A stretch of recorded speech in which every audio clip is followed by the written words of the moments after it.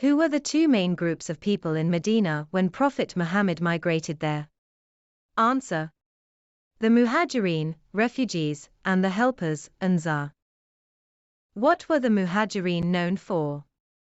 Answer. They were the faithful followers of Muhammad who abandoned their ties of family and kinship to follow him. What was the role of the helpers in Medina? Answer. The helpers were new converts of Medina, who supported and helped the Prophet through difficult times. Who were the other communities in Medina besides the Muhajirin and the helpers? Answer. The idol worshippers and the Jews were among the other communities in Medina. What did the Prophet do to unite the people of Medina? Answer. He abolished tribal distinctions and united them under the general name Ansar, or helpers. Why did the Prophet group the people of Medina under one name? Answer. He wanted to create unity and peace among them. Why did the Prophet draft the Medina Charter? Answer. To establish principles for the coexistence of different communities, and to create an Islamic state. What was the role of tolerance in the Medina community? Answer. Tolerance was important for the peaceful coexistence of different communities in Medina. What was the main objective behind drafting the Medina Charter? Answer. To ensure goodwill, support, and unity among the different sections of people in Medina. What did the Medina Charter emphasize? Answer. It emphasized the principles of cooperation, tolerance, and unity among different groups. How did the Prophet attempt to create an Islamic state in Medina? Answer. By uniting the diverse communities and establishing principles for peaceful coexistence through the Medina Charter. What lessons did the Prophet's actions in Medina teach about coexistence? Answer. The importance of tolerance and unity when different communities live together. How did the Medina Charter contribute to the establishment of an Islamic state? Answer. It provided a framework for governance and cooperation among diverse groups, essential for an Islamic state's formation. What values were emphasized in the Medina Charter? Answer. Values like cooperation, tolerance, unity, and mutual support were emphasized. What were the main points of the Medina Charter? Answer. Forming a collective defense, freedom of religion, protection of the oppressed, prohibiting violence, and referring disputes to Prophet Muhammad. What did the Charter state about defense? Answer. If any signatory was attacked, others would collectively defend them. What freedoms did the Charter guarantee? Answer. The freedom to practice one's religion and perform religious ceremonies. What was declared haram, abominable, in Medina? Answer.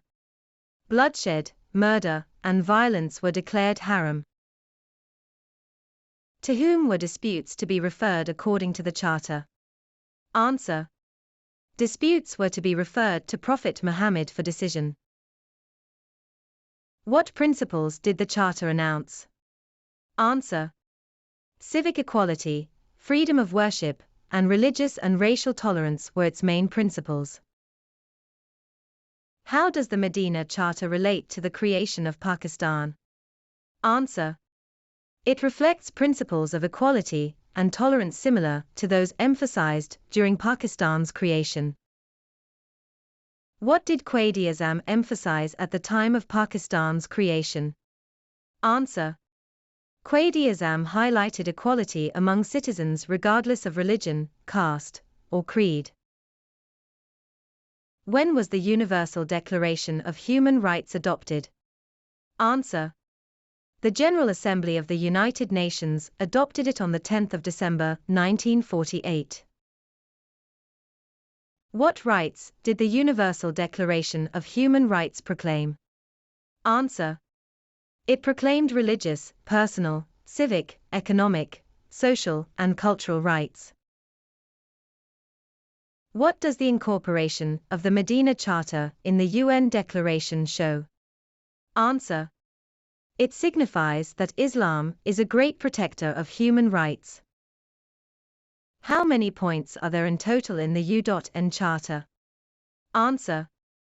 There are 30 points in total. What is the first principle mentioned in the UN Charter? Answer. The first principle mentioned is that everyone is free and equal. How does the Charter view the law? Answer. The Charter asserts that the law should be the same for everybody and treat everyone fairly. What is our right regarding government involvement? Answer. We all have the right to take part in the government of our country. Does the United Nations Charter advocate for any specific care for certain groups? Answer. Yes, it emphasizes care and support for mothers, children, the elderly, unemployed, disabled, and all others. What does the United Nations Charter say about education? Answer. Education is a right, and primary education should be free. According to the United Nations Charter, what responsibility do we have towards others? Answer. We have a duty to protect the rights and freedoms of other people. Is it allowed to hurt or torture others according to the United Nations Charter? Answer.